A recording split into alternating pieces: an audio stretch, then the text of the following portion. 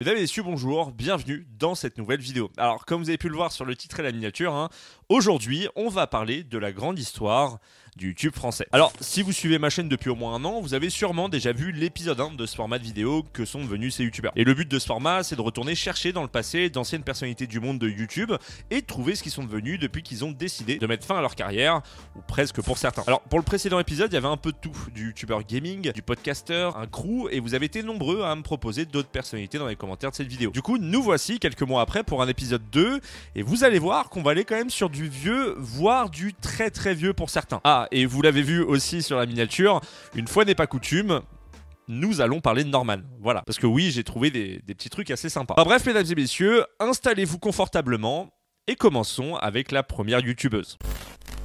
Et dis-moi, toi aussi tu te sens nu quand t'as rien au poignet ?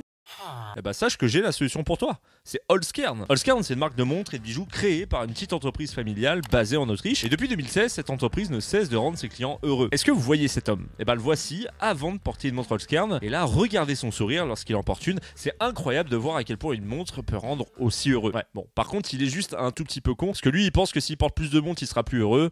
Ouais, ça n'a aucun sens. Mais vous aussi faites partie du million de clients heureux en allant sur le site et en bénéficiant de 15% de réduction avec mon code, peu importe la montre ou le bijou que vous choisissez. D'ailleurs, 15, c'est sûrement le nombre d'heures que vous passerez sur le site, vu le nombre de modèles qu'il y a. Et oui, parce que c'est pas moins de 1000 modèles que vous trouverez sur le site, que ce soit des montres automatiques, chronographes, solaires pour hommes ou pour femmes, ou encore des montres en bois certifié FSC, qui est une certification qui permet de s'assurer de la traçabilité des matériaux à chaque étape du processus de production, depuis la forêt jusqu'au produit fini. D'ailleurs, en parlant de finition, regardez ces matériaux à la forme parfaite, ce marbre parfaitement dessiné, ces aiguilles d'une très bonne finition et ce bracelet en cuir qui s'adapte parfaitement au poignet. Ouais, excusez-moi, j'aime un peu trop les montres. Garantie 24 mois, la montre comprend une boîte parfaitement découpée ainsi qu'un certificat d'authenticité. Mais Holzkern, c'est pas qu'une entreprise de montres, puisqu'il propose aussi des bijoux, des lunettes de soleil, des colliers et même des sacs à main. Et pour rappel, avec mon code, vous avez jusqu'à 15% de réduction sur tout le site. Vous avez juste à cliquer sur le lien qui est dans la description. Merci à Holzkern encore une fois de sponsoriser la vidéo. Est-ce que vous vous souvenez de ça? J'adore aider les pays en difficulté car pour eux ils sont pauvres. Mais pour les Français, on dit qu'on est riche avec 50 € là-bas. Ça fait 333 000 CFA. Et oui, aujourd'hui, je vais vous parler d'Amandine du 38, qui d'ailleurs ne s'appelait pas Amandine du 38, mais Miss Amanda. Voilà, je le savais pas avant l'écriture de cette vidéo, je vous l'avoue. Et pour celles et ceux qui s'en souviennent pas, Amandine c'était une rappeuse qui avait fait un buzz énorme sur YouTube en décembre 2008 en partageant ses sons en vidéo, dont le fameux École au Sénégal. Voilà, c'est le son d'ailleurs que je vous ai fait écouter juste avant. Alors dites-vous quand même que nous sommes en 2008-2009 et qu'il n'y a pas encore de réseaux sociaux pour faire éclater un son ou une vidéo. Et pourtant dans le cas d'Amandine, le son École au Sénégal a tellement buzzé à l'époque qu'elle va se faire moquer de partout. Mais alors comment ce son a-t-il fait pour buzzer autant et aussi vite? Eh ben, il a été repéré par la radio Énergie qui s'est moqué d'elle en plein live en partageant son son et en la renommant Amandine du 38. Vous étiez encore en train de parler de cette rappeuse. Parce qu'on a beaucoup de choses à dire. Bah non, Ce on parlait matin. surtout d'une rappeuse incroyable qu'on a On trouvée sur s'est pris internet. une barre de rire, c'est-à-dire, Ah ouais. elle s'appelle Amandine, C'est ça. elle vient de Grenoble, et on Ouais. vous a trouvé ça sur le net, c'est juste un truc de fou. Eux en échange par contre m'apprennent à parler Wolof, Pelpoula. Mais moi je préfère le Wolof. Ouais, Ouais, je préfère le Wolof. Et moi je préférerais que tu la fermes et plus jamais en fait. Mais sachez qu'ils ont récidivé quelques temps après en partageant un second son, toujours dans l'optique bien entendu de se moquer d'elle. Amandine, la rappeuse du 38, revient. Et elle est très très en colère. Écoutez. Ouais, je me parle mal fou. Ceux qui me taillent, ceux qui me taillent, qui me critiquent, qui disent que je sais pas rapper. Mais vous, non c'est vous alors. Ouais gros. Ouais, Ouais. c'est celui C'est qui vous. dit qui est. Ouais, de toute façon, pour tous ceux qui me clashent, eh ben c'est vous. Voilà. Vous êtes Pas gentil. Bref, après quelques vidéos réponses de sa part, toujours en rap, je vous rassure, un passage sur Skyrock, ouais, je vous jure, elle a bien été interviewée sur Skyrock. Donc après quelques vidéos, des moqueries et insultes dans son lycée, eh bien elle tente, contre l'avis de sa famille qui en a marre de subir également des insultes, en mars 2010 de financer un album sous les labels My Major Company et AK Music. Mais sans grande surprise, personne ne va financer son album. Dites-vous qu'il y a quand même un gars qui va filer 10 balles et le reprendre le lendemain. Voilà. C'est quand même un sacré fils de... Et suite à ça, Amandine va tomber dans les oubliés de YouTube. Alors, au fil des années, elle va repopper ici et là, notamment en 2013, quand Mathias Cardet publiera un livre, L'effroyable imposture du rap, dans lequel il ira comparer Booba à Amandine du 38. Ouais, rien que ça. Et depuis, eh bien, plus rien. Mais, sachez que non seulement Amandine est encore dans le coin, mais en plus, elle est quand même assez active. Alors déjà, sachez qu'Amandine a lancé une marque de savon fait main qui s'appelle Chez Amandine. Alors, il y a 5 sortes de savons proposés sur son site. Bon, bizarrement, il n'y a que 2 savons en photo, mais on va dire qu'elle débute. Mais elle vend également des gels douche, du parfum et du shampoing. Donc voilà, si vous êtes intéressé par ce genre de produit, faites-vous plaisir. Mais ce n'est pas la seule voie qu'elle a trouvée, vu qu'Amandine est aussi et surtout sur TikTok. Alors me demandez pas pourquoi, mais j'ai trouvé 2 comptes. Le premier n'a que quelques vidéos et se concentre en partie sur ses cosmétiques et des jeux. Le compte a 400 abonnés avec une bio qui rappelle des souvenirs. Son deuxième compte est un peu plus intéressant puisque Amandine a réussi à atteindre avec ce compte plus de 18 500 abonnés. Alors je vais pas m'étendre sur le contenu parce que bon, on va juste dire que c'est pas ma cam, hein, mais je vais tout de même revenir sur un TikTok qu'Amandine a fait en réponse aux commentaires d'une précédente vidéo. Vas-tu refaire du rap un jour? Et voici sa réponse. Non, la musique est totalement finie. Fini. Voilà. Donc voilà, en gros, elle a l'air d'être posée dans sa vie en faisant des petites vidéos par-ci par-là. Alors au final, elle fait plus de rap, mais elle a l'air de se plaire dans sa vie. Et pour le coup, c'est tout ce que je peux lui souhaiter. Alors là, on va parler d'un des premiers gros buzz qu'a connu la plateforme en France avec un contenu français. On est en septembre 2006 et un jeune infirmier de 26 ans va composer une chanson, tourner un clip, puis poster le tout sur la plateforme YouTube. Dans cette chanson, il parle de sa petite ville, de son quotidien et commence même en lâchant un certain nombre de dédicaces. Vous savez de quoi je veux parler? De la chanson Marly Gaumont de Camini. D'ailleurs, je tiens à préciser que je suis dégoûté, je peux pas vous partager la musique parce que elle n'est pas libre de droit. Voilà. Mais bon, je pense que vous l'avez tous en tête, je l'espère. Bien entendu, pour les plus vieux d'entre nous, il est impossible d'être passé à côté de cette chanson à l'époque. Elle était littéralement partout alors qu'on n'avait même pas encore de réseaux sociaux. Oui, parce que dites-vous qu'à l'époque, hein, les vidéos ou les clips qu'on kiffait, on se les envoyait soit par MSN, soit par mail, ou on la partageait sur notre Skyblog. Le mot de l'enfer. Mais alors, comment a fait Camini pour percer avec Marly Gaumont? Et bien la légende, Camini raconte dans une interview qu'il a réalisée il y a quelques mois pour le média Kita qu'une stagiaire d'Universal l'aurait envoyé par email à quelques potes à elle pour rire, et ces quelques potes auraient fait de même, et puis l'effet boule de neige jusqu'à ce que le clip atteigne la barre symbolique des 500 000 vues. Alors je sais pas si vous vous rendez compte, hein, mais 500 000 vues sans réseaux sociaux, c'est l'équivalent aujourd'hui environ d'un 10 millions de vues.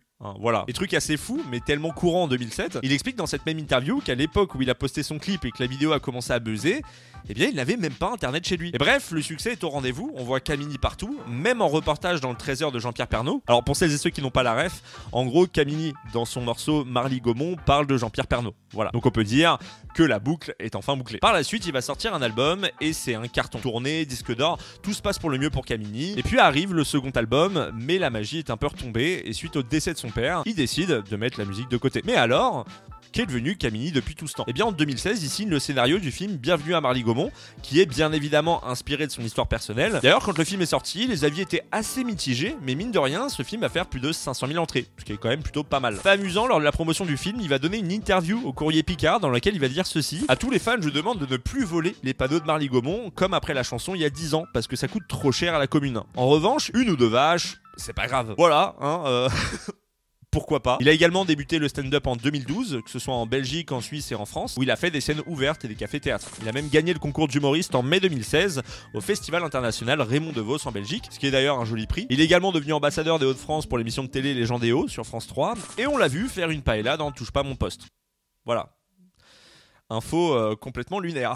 Entre temps, il s'est aussi remis à la musique en tant qu'auteur, compositeur et interprète. Et si vous voulez plus de nouvelles le concernant, eh bien il est pas mal actif sur TikTok. Il y fait des sketchs et des vlogs entre autres. Donc voilà pour les infos principales que j'ai trouvées sur Camini. En tout cas, si tu regardes cette vidéo, Camini, hein, on te salue. Pour vous montrer à quel point dans cette partie je vais remonter à très loin, dites-vous juste que le joueur du grenier a sorti sa première vidéo le 29 septembre 2009 et que les youtubeurs dont je vais vous parler là ont sorti leur première vidéo le 25 juillet 2006. Voilà. Juste dites-vous également que l'iPhone 2G est sorti le 9 janvier 2007. Et il n'y avait même pas l'application YouTube vu que même le concept d'application venait d'être lancé. Et malgré tout ça, ils ont directement cartonné. Et oui, maintenant, mesdames et messieurs, laissez-moi vous parler de la chanson du dimanche. Ça y est, t'es paré, tu as tout révisé devant ta télé.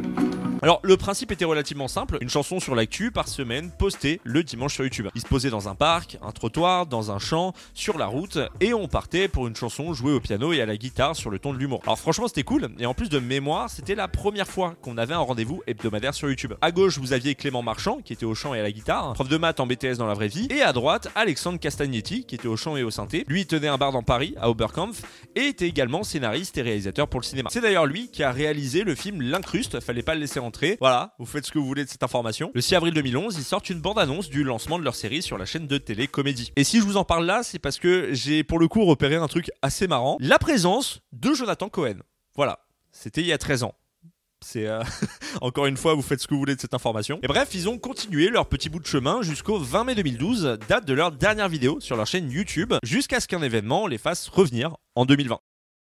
Nous sommes en guerre. Le 3 avril 2020, ils sortent une nouvelle vidéo après quasi 8 ans sans poster. Et oui, ils étaient présents durant le premier confinement de 2020 avec un total de 8 vidéos qui sont des reprises de leurs anciens tubes réadaptés pour les circonstances. Mais aujourd'hui, que sont devenus Clément et Alex? Eh bien, le 21 juillet 2023, ils étaient en représentation au Festival de Poupées aux côtés d'Orelsan, Chaka Ponk, Big Flo et Oli, Ben Harper, Louise Attaque ou encore Florent Pagny. Mais également, Clément Marchand et Alexandre Castagnetti continuent de travailler dans le cinéma. Alexandre réalise, écrit et compose. Il a notamment écrit et réalisé L'école est à nous en 2022, dont il a aussi écrit la musique. Quant à Clément, il écrit et joue dans des films et des séries. Vous avez pu le voir en 2023 dans la série 7ème ciel, dont il est aussi scénariste, qui a été diffusée sur OCS City. Une saison 2 d'ailleurs est en cours de production. Il est également scénariste du film Un petit truc en plus, réalisé par Artus, qui sortira le 1er mai 2024. Alors pour être honnête, je m'attendais pas à avoir un CV aussi rempli, mais d'un autre côté, c'est logique. En fait, YouTube à l'époque, les créateurs ne pouvaient pas vivre des vidéos, parce que la monétisation n'existait pas. Donc les créateurs voyaient en YouTube soit un tremplin, soit un moyen de s'amuser pendant son temps libre. Et c'est pourquoi d'ailleurs, autant de créateurs de l'époque sont partis pour faire un autre métier, mais en tout cas, je ne leur souhaite que du bon pour la suite. Est-ce que vous vous souvenez de la chaîne Andy Raconte? Andy tenait une chaîne YouTube de plus de 3,42 millions d'abonnés. Et en gros, c'était la chaîne d'une fille qui parle de trucs de filles. Voilà. Alors, par contre, c'est pas moi qui le dis, hein. C'est sa bio YouTube. Ouais, parce que j'ai pas envie de me prendre une sauce.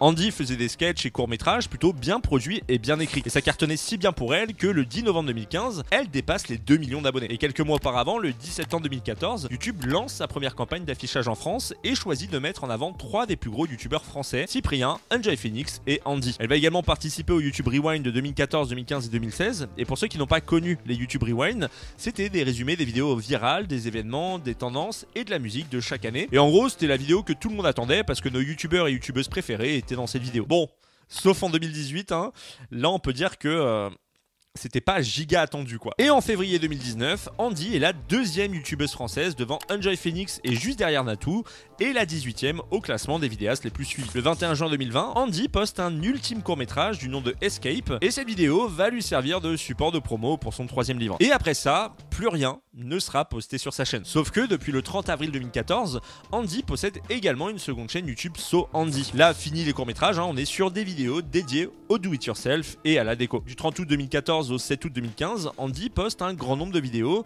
et après une ultime vidéo, Back to School DIY, plus rien pendant plus de 5 ans. Mais alors, que s'est-il passé durant toutes ces années, et surtout, pourquoi tout arrêter du jour au lendemain? Andy va nous l'expliquer dans une FAQ datée du 8 juillet 2021, postée sur sa chaîne So Andy, anciennement sa seconde chaîne. Andy revient sur son parcours YouTube et nous explique plus en détail pourquoi elle a décidé d'arrêter de poster sur sa chaîne principale et secondaire. On va revenir début 2013. C'est le moment où les nanas sur YouTube, faut avoir beaucoup de cran. T'étais une fille, tu faisais des vidéos, t'étais une p***. Pourquoi? On sait pas. En gros, mes commentaires, c'était à moitié des gens qui appréciaient ce que je faisais et à moitié des insultes, des trucs dégueulasses à lire, des commentaires sexistes, hein, bien entendu. Au-delà de ça, faire de l'humour sur YouTube, ça attire beaucoup de jeunes. Et qui dit public jeune dit également pas beaucoup de respect de la vie privée. Et à partir du moment où ils ont commencé à s'immiscer chez moi, là pour moi c'était trop. Ils venaient sonner chez moi non-stop, ils allaient sonner chez les voisins pour poser des questions sur moi. Ils restaient pendant des heures devant ma porte. Et j'en suis arrivée au stade où j'avais l'impression d'être en prison. J'ai jamais été aussi malheureuse qu'à ce moment-là. Et j'ai arrêté de poster. Et elle nous parle aussi de la vérité derrière sa seconde chaîne, So Andy. Et donc pour So Andy, si j'avais arrêté, c'est parce que c'était une chaîne qui m'appartenait pas. Elle appartenait à une production et en fait j'étais leur employée. Donc le So Andy d'avant, c'était une chaîne qui avait une ligne éditoriale qui était très ado, mais je me sentais un peu bridée là-dessus. Je pouvais pas faire vraiment ce que je voulais. Moi, ce qui me plaisait, c'était faire les DIY, mais on devait filmer ça tellement rapidement que je me retrouvais à faire des DIY de maternelle, quoi. Et ça cartonnait, mais ça me plaisait pas. Donc au bout d'un an, je leur ai dit que je voulais arrêter. Pour vous dire, ils ont même voulu me remplacer. L'année dernière, la prod a été rachetée et du coup, on a tenté le coup, on leur a dit « Est-ce que vous pourrez récupérer Swansea ?» Ils nous ont dit « Bah oui, allez-y !» Et là, donc voilà, maintenant elle est totalement à moi et je peux poster ce que je veux. Mais du coup, que fait-elle aujourd'hui? Eh bien, Andy a acheté avec ses parents 2 maisons en Anjou. Son quotidien est de les rénover et de nous partager à la fois son quotidien et l'évolution des travaux effectués dans ces maisons. Il y a quelques semaines, elle nous annonçait avoir fini l'une des 2 maisons. Et laissez-moi vous dire quand même que non seulement elle a un gros talent, mais en plus, on peut dire qu'elle a de très bons goûts. Concernant les réseaux, malgré un compte Instagram à plus de 1,5 million d'abonnés, Andy n'a rien posté depuis le 29 août 2023. Et pour ce qui est de son compte TikTok, à plus de 725 000 abonnés, rien de nouveau depuis le 20 décembre 2023. La seule activité extra YouTube de récente que j'ai trouvée, c'est le fait qu'elle a participé à la seconde saison de l'émission Les Traîtres sur M6, et Andy a d'ailleurs fini parmi les finalistes. En tout cas, ce qu'on peut dire, c'est que la reconversion d'Andy a l'air de très bien marcher pour elle, et on ne peut que lui souhaiter de bonnes choses. Ah, je suis gentil aujourd'hui, hein. Je souhaite beaucoup de bonnes choses aux gens. Excusez-moi. Heureusement que le cas d'après va permettre d'équilibrer la balance. Alors, pour cette partie que sûrement beaucoup d'entre vous attendent, sachez que j'ai quand même pas mal creusé, parce que je voulais pas juste vous dire, bon, apparemment il est dans tel pays, mais j'ai pas plus de nouvelles. Et bon, comment vous dire, j'ai trouvé des choses, et des choses que personnellement, je trouve très intéressantes. Mais bon, on va faire une présentation quand même rapide de Norman, parce que je pense que vous le connaissez sûrement. 2011, il cartonne sur YouTube grâce à ses podcasts, il devient le 3e youtubeur de France avec le plus d'abonnés. 2018, balance ton youtubeur où il est visé. 2020, les plaintes s'enchaînent pour Norman. 2022, il est placé en garde à vue, et depuis le 25 novembre 2022, Norman n'a plus sorti de vidéo et donné signe de vie. Bon, d'un côté en décembre, soit à la période de sa garde à vue, YouTube a fait le choix de démonétiser sa chaîne et Webedia a mis fin à leur collaboration. Disons que ça peut un petit peu démotiver un youtubeur à créer du contenu en plus de tous les scandales qu'il a eu. On aurait pu se dire que depuis octobre il allait revenir puisque les plaintes à son encontre ont été classées sans suite, mais non, pour Norman c'est toujours silence radio. Mais alors, où est Norman ? Que fait-il? Eh bien, je vais tout d'abord vous donner les informations de base pour ensuite vous parler de ma petite enquête. Tout d'abord, premier truc que la majorité sait, il y a quelques mois, Norman vivait en Thaïlande. Voilà, il y a d'ailleurs plusieurs indices qui nous le prouvent. D'abord, Amine en parle lors d'un live. Mais non, Norman, il est pas en prison. Il est en Thaïlande. Attends, quoi? Mec, je viens de dire un truc. Je viens de dire un truc que personne ne savait. Mais également, on a pu voir cette photo d'un mec qui fait la promotion de sa boutique qui est située en Thaïlande. Et dans les crédits, on peut voir que Norman est tagué. Et pour terminer, un abonné a pris une photo avec Norman. D'ailleurs, on va pas parler de la tenue de Norman. Mais on peut voir que cette photo a été prise en Thaïlande. Et c'est tout. En gros, Norman, suite à toute cette histoire, se serait exilé en Thaïlande. Et je vous avoue que je trouve ces informations assez minces. Alors, j'ai fait mes recherches et bon, je vais pas vous dire où il se situe exactement. Parce que je vais être honnête, ça m'intéresse pas trop. Par contre, je peux vous dire ce qu'il fait en ce moment du côté business. Et en vrai, j'ai trouvé quelque chose d'assez sympa. Alors, je tiens tout de même à faire un disclaimer. Toutes les informations que je vais vous donner sont publiques. C'est-à-dire que si vous faites vos propres recherches par vous-même, vous pourrez trouver les informations que je vais vous donner. Le but de ces vidéos, c'est pas de stalker des personnes, mais juste trouver quelques informations et vous les partager. Voilà. Alors, pour faire mes recherches sur Norman, afin de trouver des informations intéressantes, je sais que c'est pas Norman qui va directement me les donner. Et donc, le meilleur moyen, c'est d'aller du côté de sa famille, parce que la famille, par moment, ne fait pas gaffe et peut donner des informations sans s'en rendre compte. Mais malheureusement, j'ai pas trouvé grand-chose, quoi. Ensuite, et gardez ça de côté, Norman a partagé 2 stories ces derniers mois, un réel de sa sœur et la photo de sa femme qui parle de l'année 2023. Il faut également savoir qu'au moment où j'ai écrit cette vidéo, il n'y avait pas la dernière story qu'il avait partagée de sa femme, mais du coup, ça fait 4 stories au total qu'il a partagées, dont 2 où il partage sa femme et une où il partage sa sœur. Et bref, une fois que j'ai rien trouvé du côté de sa famille, je me suis dit que peut-être qu'en faisant des recherches sur les sociétés de Norman, j'allais trouver quelque chose. Et là, je suis tombé sur une société du nom de Dada et Nono. En regardant de plus près, c'est une SCI, qui sont les initiales de Société Civile Immobilière. Donc en gros, pour vous résumer, c'est une société qui permet de gérer un patrimoine immobilier. Alors, je résume très grossièrement, je tiens à préciser au cas où, je suis pas du tout un expert. Et cette SCI a été créée par Norman et sa sœur Daphné en 2020. Bon, en soi, rien de bien croustillant, mais ça m'a quand même donné une idée. D'après vous, quel réseau social donne le plus d'informations chez les personnes? Est-ce que c'est Instagram? Est-ce que c'est Twitter? Est-ce que c'est Facebook? Eh bien, perdu. C'est LinkedIn. Alors, vous connaissez sûrement pas LinkedIn, mais personnellement, moi j'adore LinkedIn parce que c'est le réseau où tout le monde se prend pour des entrepreneurs à succès et les posts sont vraiment, je trouve, goldés. Voilà. Vraiment, si vous voulez vous taper des barres, aller sur LinkedIn. Mais bref, je vais sur LinkedIn et je recherche le profil de Daphné, la sœur de Norman. Je tombe sur son CV virtuel et ce que je vois, c'est qu'elle a bossé plus de 6 ans chez Webedia en tant que Business Development Manager. En soi, on peut dire que le nom, il claque quand même pas mal. Elle a géré quand même pas mal de carrières, on peut dire qu'elle pèse dans le milieu. Mais c'est pas ça qui m'intéresse. Non. Moi, ce qui m'intéresse, c'est son récent poste qui est cofondatrice et managing director au sein de l'agence Gunji. Mais du coup, en voyant cette agence, je m'y intéresse et je me demande ce que c'est. Je vais donc sur le site. Et bon, rien de bien particulier, hein, c'est une agence pour les créateurs, c'est quelque chose qui se fait de plus en plus. Si vous savez pas ce que c'est, hein, pour vous la faire courte, c'est une agence qui va contacter les marques et ensuite proposer ces marques aux créateurs sur internet. Voilà, eux touchent une commission dessus et le créateur en contrepartie est plus sollicité pour les placements de produits. Il y a d'ailleurs pas mal de youtubeurs qui ont commencé à faire leur propre agence, mais ça j'en parlerai dans une future vidéo. Voilà, ne vous inquiétez pas. Et donc, moi je recherche des informations sur l'agence Gunji. Je vais donc directement dans les mentions légales. Les mentions légales, ce sont les informations qui permettent à l'internaute de vous identifier et c'est quelque chose qui est obligatoire en France. Donc si vous êtes sur un site qui n'a pas de mention légale, faites attention, toujours. Et là, je vois les infos de la société. Il est écrit Agence Gunji avec le numéro de siret de la société. Si vous demandez ce que c'est le numéro de siret, hein, c'est juste les informations en version chiffre de la société. Et souvent, c'est un code par entreprise. Tout simplement. Et là, je vois qu'il n'y a pas le capital de la société. Ce que moi, personnellement, je trouve un petit peu bizarre. Mais bref, je recherche les informations sur l'agence Gunji. Et en recherchant, il n'y a pas de société sous ce nom. Que ce soit Gunji ou agence Gunji. Alors, réflexe, je mets le numéro de siret. Et bingo, je tombe sur la société Miniprod. Ah, mais attendez, parce que peut-être que vous connaissez pas la société Miniprod. Alors, laissez-moi vous en dire plus. Miniprod, c'est une boîte de production qui a été créée en 2017 par, roulement de tambour, Norman Tavo. Voilà, moi je trouve l'information incroyable. Donc en gros, pour vous résumer, l'agence Gunji est une agence qui appartient à la boîte de production de Norman. Du coup, ça peut expliquer pourquoi il est écrit SASU auteur au capital de euros, peut-être parce qu'ils veulent cacher le fait que cette société a un capital de plus d'1 million d'euros. Voilà. Peut-être. D'ailleurs, dans cette société, Daphné est managing director, mais la fan de Norman, Martha, bosse aussi dans la société en tant que chargée d'affaires et créatrice de contenu. Donc, si vous vous posez la question, est-ce que Norman est toujours avec sa compagne ? La réponse est sans doute. D'ailleurs, ça pourrait expliquer pourquoi Norman a partagé 2 stories il y a quelques semaines. La première qui est un réel de sa sœur et la seconde qui est une photo de sa femme. Parce que au final, il y a un intérêt derrière tout ça. Quand vous regardez, le réel partagé par Norman a permis à sa sœur de faire plus de 600 000 vues comparé aux chiffres des autres réels. Son partage a un gros impact et au final, ça permet de faire grossir les chiffres, sûrement pour les marques. Et pour terminer, j'aimerais faire un peu de spéculation autour de ce que j'ai vu sur Instagram. En fait, si vous regardez le compte de la sœur de Norman et de sa femme, vous pouvez voir qu'ils sont tous allés en Thaïlande il y a 6 mois. Et si vous regardez le LinkedIn de Martha, vous pouvez voir que ça fait 6 mois qu'elle est dans la société. Et je soupçonne le fait que tout le monde a rejoint Norman en Thaïlande dans cette période pour signer les papiers afin d'officialiser la création de Gunji et le contrat de sa femme dans l'agence. Voilà, en gros c'était ma petite théorie. Pour conclure, Norman a beau ne plus faire de vidéos, on peut voir qu'il n'en a jamais eu besoin. Et désormais, si internet l'a poussé à partir, c'est désormais dans l'ombre qu'il fait ses affaires.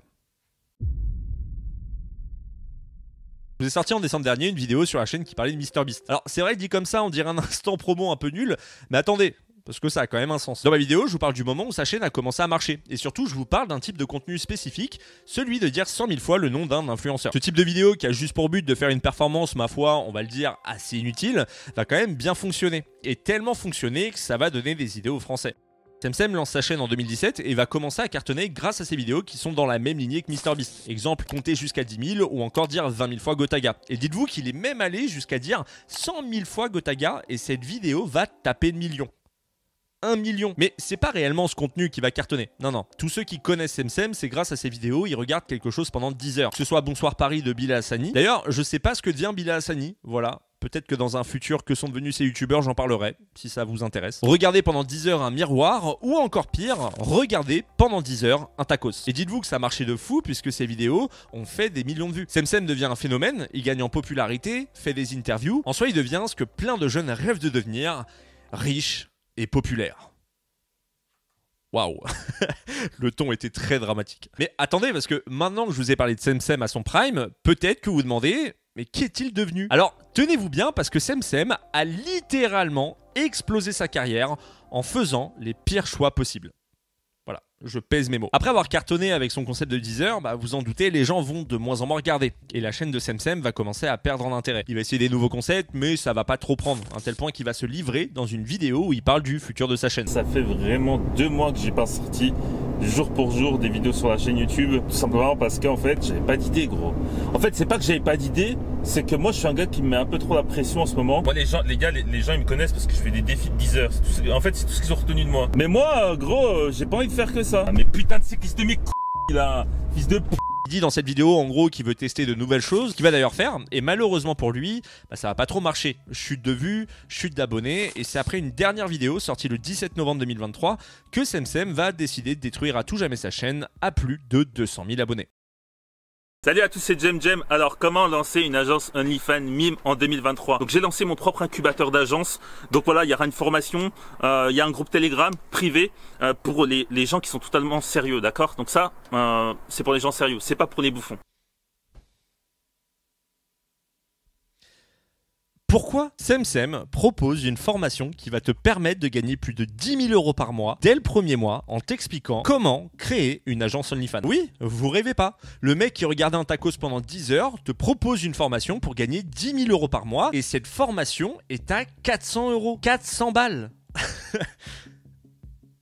Y'a que moi que ça choque ou... Et le pire, c'est même pas le prix de sa formation, mais plutôt ses vidéos. Ça sent l'amateurisme à plein nez. Et puis en plus de ça, il utilise la technique marketing de la culpabilité, hein, juste écouter. Tu vas être là, peinard dans ton bateau, tranquille, tu veux nager, etc. Tous les gens qui vont rejoindre cet incubateur vont réussir. Faites rien, restez sur votre canapé et regardez la télé, allumez Netflix. Mais nous, on est là pour faire de l'argent. Ok, puis on est là pour acheter un bateau au final. D'accord?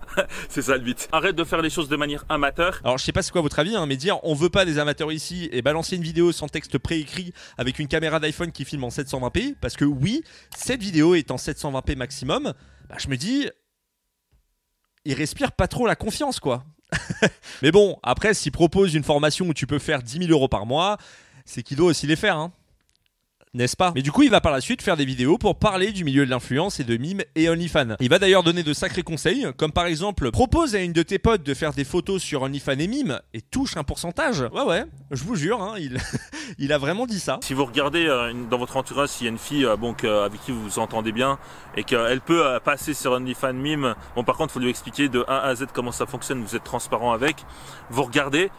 Si ça peut bien caler, tu peux la placer. Tu peux la placer sur OnlyFans mime. Bon, bien sûr, il faudra aussi avoir des avantages, quoi. Tu vois, au niveau des pourcentages. Ou encore, il conseille de te faire passer pour une femme en utilisant une photo de profil générée par IA pour approcher des filles qui pourraient bosser pour toi. Et ensuite, trouve un subterfuge pour pas qu'elles remarquent qu'en fait t'es un mec. Je vous encourage également de vous faire passer pour une femme. Dès que vous faites passer par une femme, c'est toujours mieux. C'est toujours mieux parce qu'en fait, c'est une femme et puis voilà, la solidarité féminine. Tu comprends? Donc, je vous encourage aussi à le mettre dans la signature. Dans la signature, vous utilisez une IA pour créer le modèle d'une femme qui n'existe pas. Donc ensuite, si la modèle veut vous parler, soit un rendez-vous, c'est simple, hein, dans les mails, dans les échanges, vous lui dites écoute, je te passe le numéro du directeur d'agence, moi je suis seulement un recruteur, t'as juste à faire un mail comme ça, hein, puis après tu reprends le relais, ok? Alors sachez qu'il y a beaucoup de choses à dire autour de son business, mais j'ai envie de faire les choses bien. Et c'est pourquoi je vous ferai une analyse de ses conseils sur ma seconde chaîne, quoi qu'il arrive, je vous la mets en description. Par contre, j'espère que vous êtes bien accrochés parce que... c'est quand même assez scandaleux quoi. Mais après vous en doutez, suite à cette reconversion, tout le monde a soutenu ce riche entrepreneur. C'est faux. Littéralement, personne ne soutient là-dedans. Et le pire, c'est que je vous mens pas. Il y a des vidéos où il n'y a pas un seul commentaire positif. Le ratio like-dislike est catastrophique. Et malheureusement pour SemSem, j'ai bien l'impression que c'est une fin de carrière sur YouTube. En vrai, je trouve ça triste parce qu'il aurait pu rebondir plusieurs fois.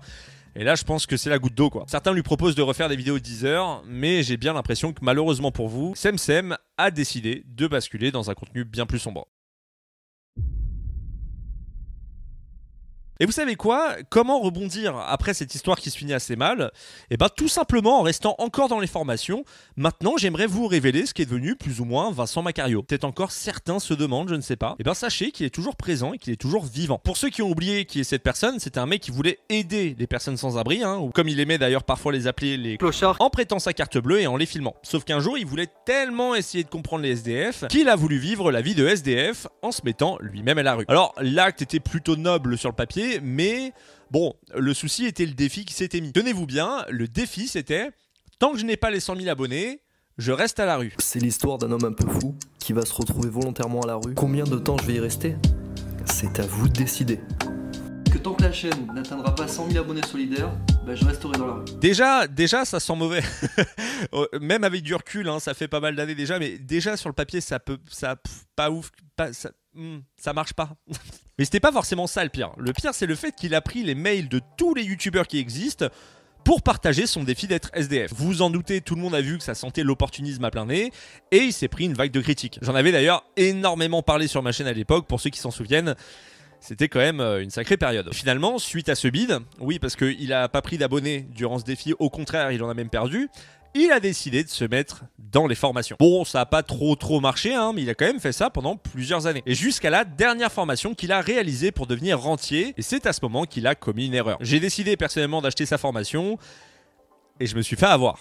Tout a marché, et suite à cet achat, j'ai reçu un message qui me dit « Eh, c'est bon, t'as payé, tu dois cliquer sur ce lien. » Du coup, j'ai cliqué sur le lien et ça m'emmène sur une page qui me propose d'accéder à la formation pour gagner de l'argent sur internet. Alors du coup, je prends mon courage à deux mains, je me dis que ça y est, je fais enfin devenir riche, la fin de la galère, une nouvelle vie qui s'offre à moi. Je clique sur le lien de téléchargement, et là, ça me télécharge une image. Juste une image. Alors, suite à cette arnaque, j'en ai fait une vidéo et j'ai demandé un remboursement à Vincent. Mais c'est là qu'il a voulu négocier en m'écrivant « Je te rembourserai quand tu auras viré toutes tes vidéos me concernant ». Et moi, ce perso, ce message m'avait tellement touché que j'ai décidé de la mettre en bannière de chaîne YouTube. Voilà. C'était quand même un petit peu puéril, disons-le. Mais attendez, parce que c'est pas fini. Suite à cette histoire, il a voulu se moquer de moi en me faisant une formation sur sa chaîne YouTube. Et dans ces deux vidéos, il se fout littéralement de ma tronche. Et moi, j'aime pas qu'on se moque forcément de moi. Donc j'ai acheté 3 fois la formation d'affilée et j'ai demandé à chaque fois un remboursement. Voilà, juste pour lui casser les couilles. Et finalement, ça a payé. Il m'a non seulement remboursé, mais en plus, il a fermé sa formation. Voilà. Et suite à cet énorme fiasco, vous vous en doutez, silence radio. Mais, eh bien, ça fait 1 an que je vois qu'il a créé une autre formation qui s'appelle Adios Boss, où le concept est le même que celle d'avant. En gros, gagner assez sa vie sur internet pour dire au revoir à son patron. Mais au final, j'ai pu voir très peu de pubs là-dessus quand je m'y étais intéressé il y a environ 1 an. Juste une vidéo d'explication en non répertorié et c'est tout. Voilà, aucune vidéo en public, rien du tout, j'ai donc attendu. Mais récemment, il a décidé de passer la seconde. Voyant que les shorts fonctionnent, il s'est dit qu'il allait en faire en plaçant à chaque fois une petite pensée de businessman. T'es pas n'importe qui, c'est Dieu qui t'a créé. Qu'est-ce que tu fous là à continuer à te branler toute la journée devant des petites starlettes du plan le nez? Donc si par hasard vous avez envie de dire adieu à votre patron en 90 jours, n'hésitez pas à acheter sa formation à 197 €.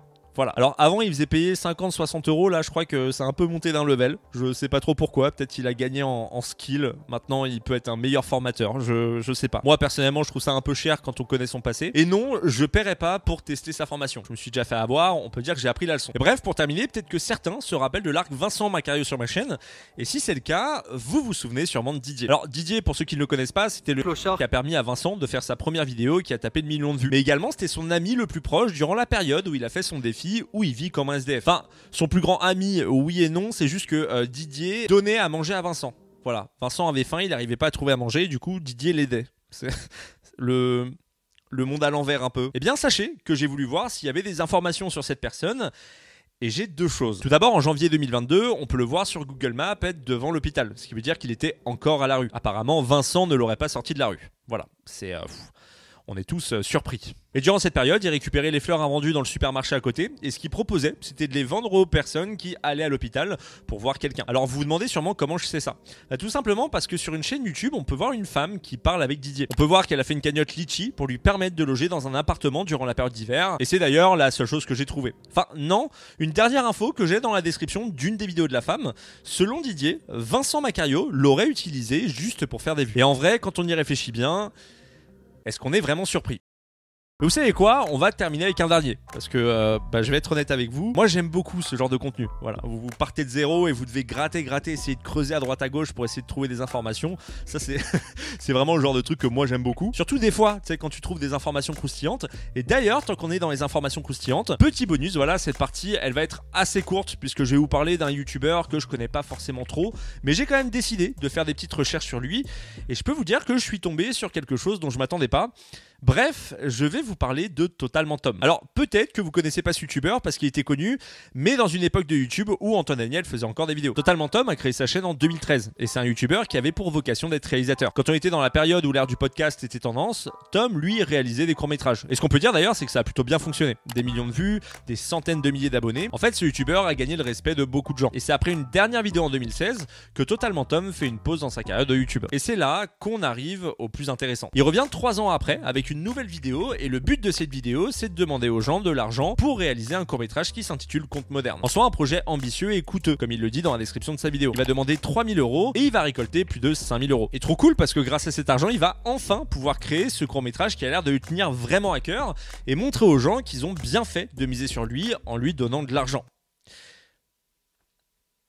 Ce court-métrage n'est jamais sorti. Depuis 2019, il n'y a aucune trace de ce court-métrage qui devait sortir sur YouTube. Et malgré les commentaires des personnes qui ont l'air assez énervées, ce qui est d'ailleurs logique puisqu'ils ont mis de l'argent dedans, Tom ne communiquera plus jamais sur ce projet. Alors, je sais pas si les gens ont été remboursés, et je vous avoue que quand j'ai vu ça, j'ai essayé de le savoir, mais non, je peux pas du tout vous dire. En tout cas, aucun communiqué de la part de Tom dessus. Donc voilà, Tom, si tu vois cette vidéo, n'hésite pas à donner des news aux gens parce que ça fait quand même 4 ans qu'il n'y a pas d'update. Voilà, je pense que ça pourrait leur faire plaisir. Ah, excusez-moi si on me dit dans l'oreillette que selon la bio de son compte Twitter, ce serait bientôt disponible.